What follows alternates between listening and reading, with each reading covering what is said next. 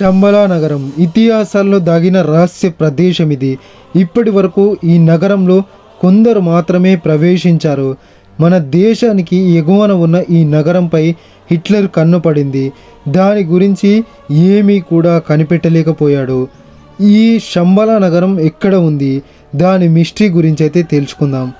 శంబలా అంటే ఏమిటి, ఈ నగరం ఎక్కడుంది, దీన్ని ఎవరు నిర్మించారు, విష్ణు పురాణాలకు ఈ నగరానికి సంబంధం ఏమిటి, హిట్లర్ ఈ నగరం పైన ఎందుకు మనసు పడ్డాడు, ఇప్పటి వరకు ఆ నగరం రహస్యంగానే ఎందుకు ఉంది, ఆ నగరంలో ఏమి ఉన్నాయి, వీటన్నిటి గురించి ఈ వీడియోలో అయితే తెలుసుకుందాం. వీడియోని ఇక్కడ స్కిప్ చేయకుండా అయితే చూడండి. లేట్ చేయకుండా వీడియో అయితే స్టార్ట్ చేద్దాం.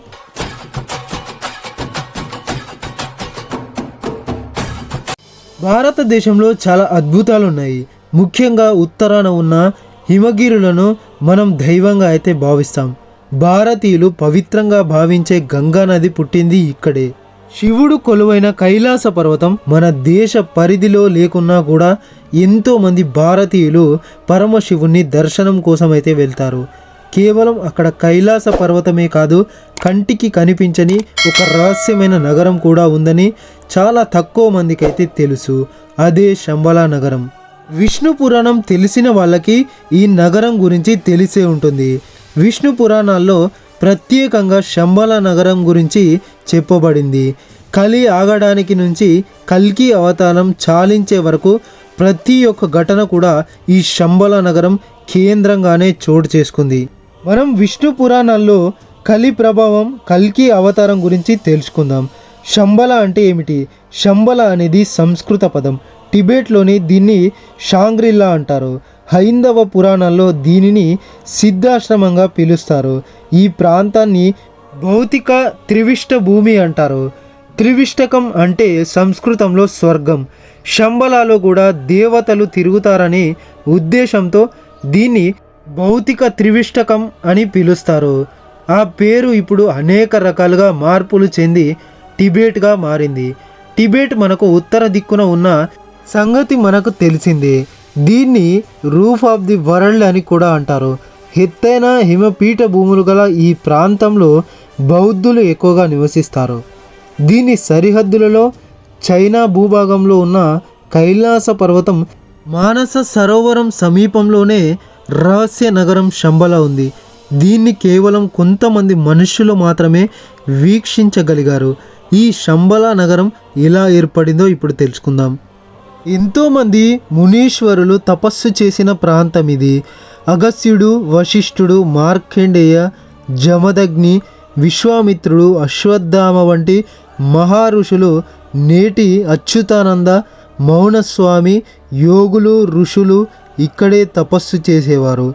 శంబలా నగరాన్ని వీక్షించారు. మన పురాణాల్లో శ్రీరామాయణ బాలకాండలో విశ్వామిత్రుడు రామ లక్ష్మణులను యాగం కోసం అడవికైతే తీసుకెళ్లాడు. వారితో తపస్సు చేయించి సిద్ధిని ప్రసాదించాడు.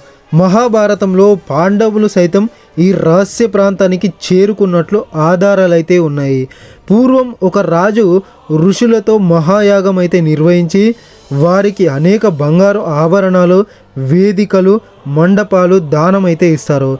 ఋషులు వాటిని ధరించలేరు కాబట్టి రహస్యంగా వాటిని దాచి ఉంచడానికి నిర్ణయం అయితే తీసుకున్నారు. ఇందుకు పరమశివుణ్ణి ప్రార్థించి ఒక ప్రాంతంలో అయితే దాచి ఉంచారు. శివుడి అనుగ్రహం లేకుండా అక్కడికి ఎవ్వరూ చేరుకోలేరు. ధర్మరాజు శివుడి ఆశీస్సులు పొంది ఋషులు దాచిన రహస్య ప్రాంతానికి చేరుకొని సంపదను పొందుతాడని పురాణాల్లో అయితే తెలిపారు. కల్కి పురాణాల్లో శంబలా ప్రస్తావన గురించి ఇప్పుడు తెలుసుకుందాం. విష్ణు పురాణాల్లో కల్కి అధ్యయనంలో శంబలా గురించి వివరించారు. ద్వాపర యుగంలో శ్రీకృష్ణుడు నిర్యాణం తర్వాత కలి ప్రవేశిస్తుంది. ఆ కాలంలో అధర్ముడు, అసత్య అనే దంపతులకు అంబుడు, మాయ అనే కుమారుడు, కుమార్తె జన్మిస్తారు. ఆ అన్న చెల్లెళ్ళు పెరిగి పెద్దవాళ్ళై ఒకరిని ఒకరు పెళ్లి చేసుకుంటారు. వారికి క్రోధ, హింస అనే పుత్రికా పుత్రుడు జన్మిస్తారు. వారు కూడా వాళ్ళ తల్లిదండ్రులలాగానే ఒకరిని ఒకరు పెళ్లి చేసుకొని కలి అనే పుత్రుడికి జన్మనిస్తారు. అతడే కలియుగానికి అధిపతి అవుతాడు. ఇతడి ఆధీనంలో ఉన్న కలియుగం అంతా మనం జీవిస్తున్నాం. అదే పాపాల పుట్టగా కలికాలం. కలికాలంలో అధర్మం, అన్యాయాలు పెచ్చుమీరుతాయి. నూనె కారుతున్నట్లుగా ఉండే నల్లని శరీరం, కాకి వంటి కడుపు, నల్లని స్వరంగం వంటి నోరు, ఎర్రని మిరుగుడ్లతో ఉండే కలి శరీరం నుండి నిత్యం అశుద్ధపు దుర్వాసన అయితే వస్తుంది. మద్యపానం, జూదం, స్త్రీలతో సంపర్కం వంటి అవలక్షణాలతో కలి లోకాన్నైతే పాలిస్తాడు. కలి పాలన వల్ల లోకం పాపులతో నిండిపోతుంది. దైవాన్ని చిన్నచూపు చూస్తారు. నాస్తికులు పెరిగి దైవారాధన అంతరించిపోతుంది. ఎవరైతే కిరాతక బుద్ధులతో ఉంటారో వాళ్ళలోకి కలి ప్రవేశించి నీచమైన పనులైతే చేయిస్తాడు. ఈ విధంగా 4 పాదాలుగా మానవలోకం పాపాల పుట్టగా మారి ప్రజలు క్షుద్ర పూజలతో ప్రతికూల శక్తులను పూజించడం అయితే మొదలు పెడతారు. దీంతో దేవతలు శ్రీ మహావిష్ణువును ఆశ్రయించి లోకాన్ని రక్షించాలని వేడుకుంటారు. కల్కి అవతారంలో కలియుగంలో నేను జన్మిస్తానని శ్రీ మహావిష్ణువు దేవతలకు ధైర్యం చెప్పి భరతవంశంలో శంబల అనే నగరంలో జన్మిస్తానని చెప్తాడు. ఆ నగరంలో విష్ణు వ్యాసుడు సుమతి అనే పవిత్రమైన దంపతులకు పుత్రుడిగా జన్మనిస్తానని చెప్తాడు. లక్ష్మీదేవి సింహాల ద్వీపంలో పద్మావతిగా అవతరిస్తుందని పేర్కొంటాడు. ఇచ్చిన మాట ప్రకారం విష్ణుయేసుడు సుమతిలకు 4 చేతులతో మహావిష్ణువు జన్మిస్తాడు. పవిత్ర గంగా ప్రక్షాళనతో ఆ 4 చేతులు 2 చేతులు అవుతాయి. మృత్యుంజయుడైన మార్కండేయుడు కల్కి అని నామకరణం అయితే చేస్తాడు. ఉపనయనం తర్వాత కల్కి తండ్రి వద్ద సెలవు తీసుకొని శాస్త్ర విద్యలు నేర్చుకోవడానికి ప్రయాణం అవుతాడు. మార్గ మధ్యంలో పరశురాముడు కలిసి కల్కిని మహేంద్రుడి దగ్గరికైతే తీసుకెళ్తాడు. అక్కడ 64 విద్యలు కేవలం 4 నెలలలో నేర్చుకుంటాడు. కల్కి దాని తర్వాత బల్వోద్దక క్షేత్రానికైతే చేరుకుంటాడు. అక్కడ శివుడిని ప్రార్థించి సాక్షాత్కారం పొందుతాడు. శివుడు కల్కిని తన ఒడిలో కూర్చుండబెట్టుకొని జన్మ రహస్యం అయితే చెప్తాడు. కలికాలంలో పాపాలను అంతం చేయడానికి ఈ అవతారంలో జన్మించావని చెప్పి దివ్య శక్తులు గల గరుడాశ్వాన్ని బహుకరిస్తాడు. అనంతరం రత్నపు పిడికిలి గల ఖడ్గంని అందిస్తాడు. దాని తర్వాత కల్కి సింహాల సమీపానికి చేరుకొని పద్మావతిని పెళ్లి చేసుకుంటాడు. అక్కడ నుండి శంబలకు తిరిగి ప్రయాణమవుతాడు. పాపులను అంతం చేసి అప్పటికి శంబల నగరం రూపురేఖలు మారిపోయాయి. ఎత్తైన భవనాలు, ఉద్యానవనాలతో అద్భుతంగా ఉంది. సరస్సులు, సరోవరాలతో అందంగా కనిపిస్తుంది. ఈ చిన్న నగరంగా ఉన్న ప్రాంతాన్ని విశ్వకర్మ నగరంగా తీర్చిదిద్దడంతో శంబల అద్భుతంగా అయితే మారుతుంది. కానీ పాపులలో ఎలాంటి మార్పు రాదు. దీనితో కల్కి అక్కడ అధర్మ సంహరణ చేసి ధర్మ సంస్థాపన చేస్తాడు. దాని తర్వాత దేవతలు శంబలకు వచ్చి కల్కిని దర్శించుకుంటారు. తిరిగి వైకుంఠానికి రావాలని ప్రార్థిస్తారు. కల్కి సత్యయుగ స్థాపన చేసి గంగా నది తీరంలో కల్కి అవతారం చాలిస్తాడు. విష్ణువుగా వైకుంఠానికి చేరుకుంటాడు. ధర్మంగా మారిన శంబల అప్పటి నుంచి సాధారణ మానవులకు కనిపించకుండా అదృశ్యమైంది. కల్కి ప్రభావం వల్ల పాపాలు చేసిన వారికి శంబల ప్రవేశం అయితే లభించదు. శంబల ఎవరికి కనిపిస్తుందో తెలుసుకుందాం. ఈ నగరాన్ని చూడాలంటే ఆ మానవుడు ఎంతో స్వచ్ఛమైన మానవుడై ఉండాలి. సత్యం, ధర్మం, అహింసను పాటించే పుణ్యాత్ములకు మాత్రమే శంబల నగరంను చూసే భాగ్యమైతే దక్కుతుందని పురాణాల్లో పేర్కొన్నారు. కొందరు సాధారణ వ్యక్తులు శంబల నగరాన్ని చూసి వచ్చామని చెప్పారు. ఎప్పటికీ అదృశ్య రూపంలో ఉండే ఈ మాయా ప్రపంచంలోకి ప్రవేశించడం అంత సులభమైన పని కాదు. మానవ శరీరంలో ఉండే సుషుమ్ నాడి తెరుచుకున్న వారికి మాత్రమే శంబల ప్రవేశం లభిస్తుంది. ఇది కేవలం యోగ సాధనతో సాధ్యమని కొందరైతే చెప్తారు. ఈ జన్మలో పుణ్యకార్యాలు చేసిన పూర్వ కర్మల వల్ల శంబల నగరం వెళ్ళే దారి అయితే కనుక్కోలేరు.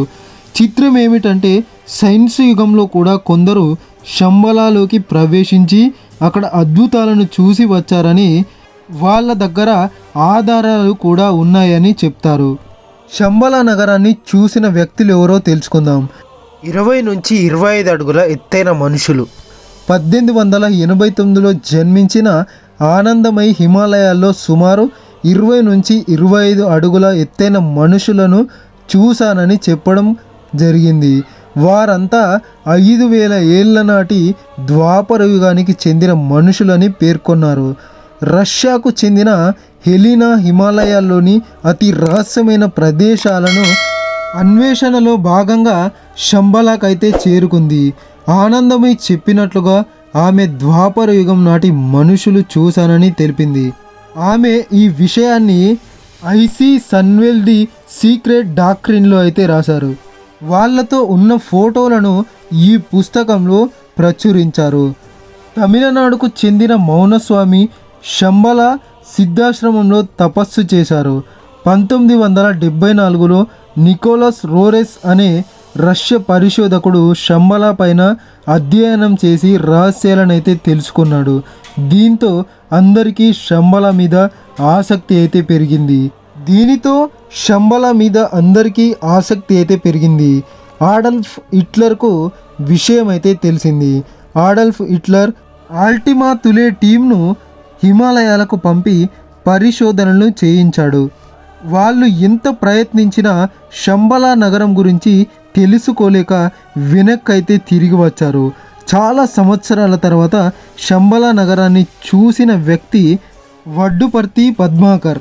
1980లో ఆయన హిమాలయాల్లో ఒక గుహలో కఠోర తపస్సు చేస్తున్నప్పుడు విపరీతమైన మంచు తుఫాన్ అయితే ఏర్పడిందని, తట్టుకోలేకపోతున్న సమయంలో సుమారు 20 అడుగుల ఎత్తైన ఒక వ్యక్తి అయితే వచ్చి తన తలనైతే పట్టుకొని జనవాసులు ఉన్న ప్రాంతంలో అయితే వదిలి వెళ్ళాడని ఆయన తెలిపాడు. దివ్య దృష్టి గల వ్యక్తులకు శంబలాలోకి ప్రవేశం అయితే సులభమని, ఇది కేవలం యోగ సాధనతోనే సాధ్యమని పురాణాలు అయితే పేర్కొన్నాయి. ఇప్పటి వరకు వెళ్ళిన మనుషులు శంబలాలో ఉన్న మనుషులు మాత్రమే చూసి వచ్చారు. శంబలా నగరంలోకి అనుమతి ఇప్పటి వరకు ఎవ్వరికీ లేదు. శంబలా నగరం అద్భుతమైన కట్టడం. శంబలా నగరం మానస సరోవరం కైలాస పర్వతానికి అతి సమీపంలో అదృశ్య రూపంలో దాగి ఉంది. ఎంతోమంది భక్తులు అక్కడ దేవతలు చూశామని చెప్తారు. పూర్ణిమ నాడు మానస సరోవరానికి దేవతలు దిగి వస్తారని, ఆ సమయంలో ఆకాశంలో దివ్యకాంతులు కనిపిస్తాయని చెప్తారు. టిబెట్ బౌద్ధకాల చక్రం భారతీయ పురాణాల ప్రకారం శంబలా చుట్టూ 8 రేకుల కమలం ఆకారంలో పర్వతాలైతే ఉంటాయి.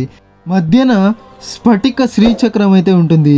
దాని చుట్టూ గొలుసుల కట్టుగా పర్వతాలైతే ఉంటాయి. శంబలా రాజధాని పేరు కపాల స్ఫటిక.